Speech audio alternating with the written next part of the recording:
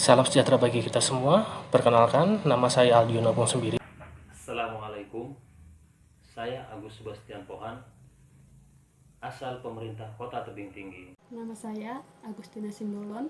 Sejahtera bagi kita semua, perkenalkan nama saya Andri Jayanti Agustin.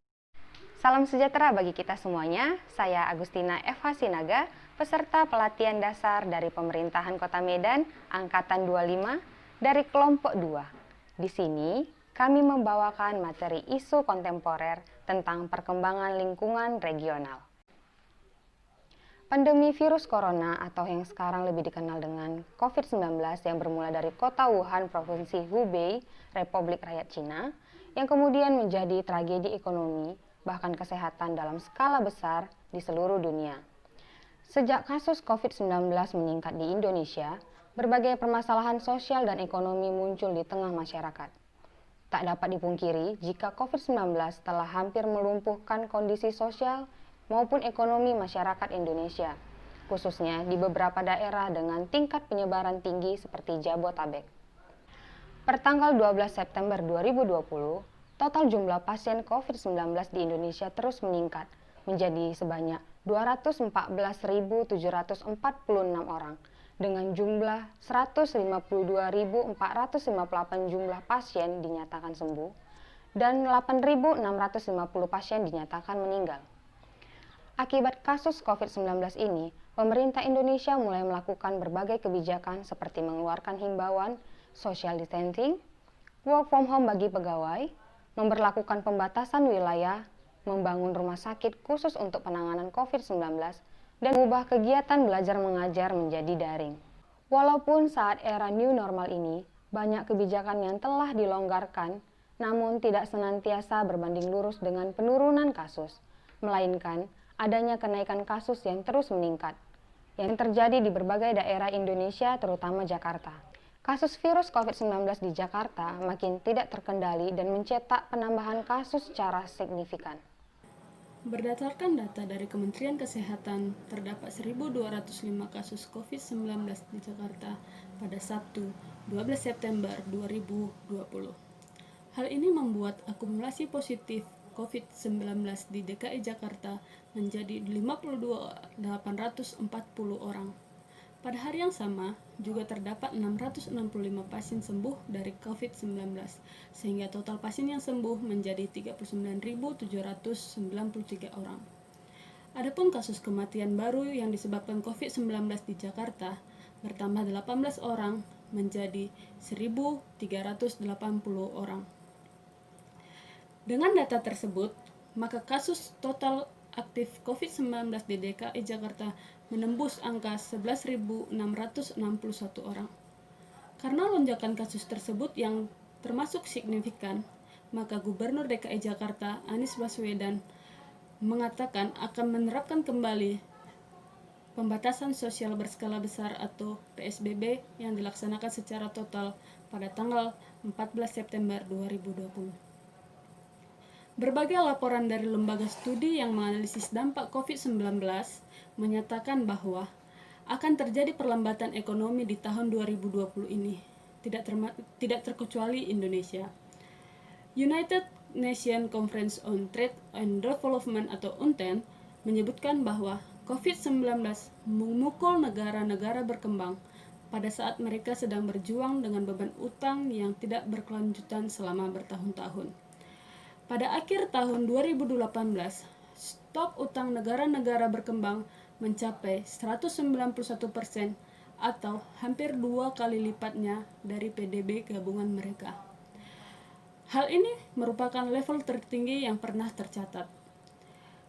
Krisis utang negara berkembang yang sudah berlangsung sebelum goncangan COVID-19 memiliki dua hal yang patut diketengahkan dalam konteks perdebatan tentang pengurangan utang untuk negara berkembang setelah goncangan COVID-19.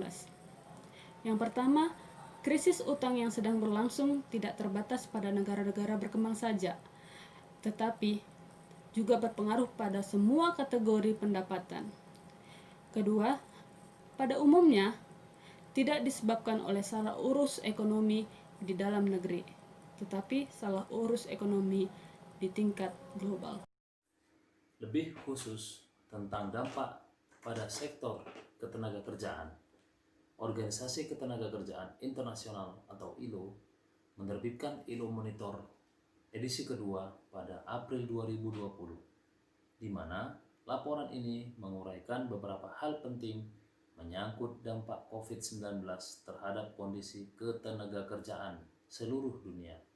Antara lain, pertama, kebijakan karantina wilayah di berbagai negara berdampak pada 2,7 miliar pekerja atau 81% dari total pekerja di seluruh dunia.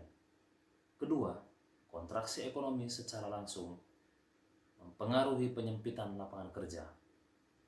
Perhitungan ILO per 1 April 2020 menunjukkan penurunan jam kerja sebesar 6% pada kuartal kedua 2020 atau setara dengan hilangnya 195 juta pekerjaan penuh waktu.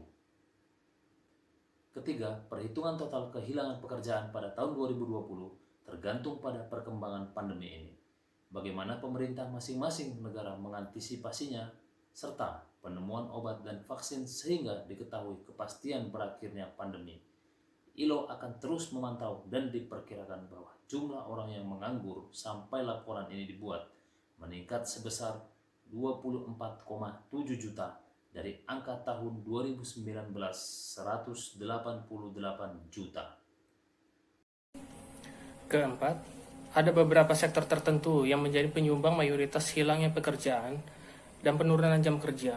Perkiraan ILO menunjukkan bahwa sekitar 1,25 miliar pekerja atau 38% dari total pekerja terancam akan diberhentikan, yang meliputi sektor perdagangan retail, akomodasi, makanan, dan manufaktur. Kelima, khususnya di negara-negara berpenghasilan menengah ke bawah, sektor-sektor yang terkena dampak besar umumnya memiliki proporsi pekerja informal yang tinggi, di mana para pekerjanya tidak memiliki jaminan sosial atau punya tetapi dalam keadaan minimal.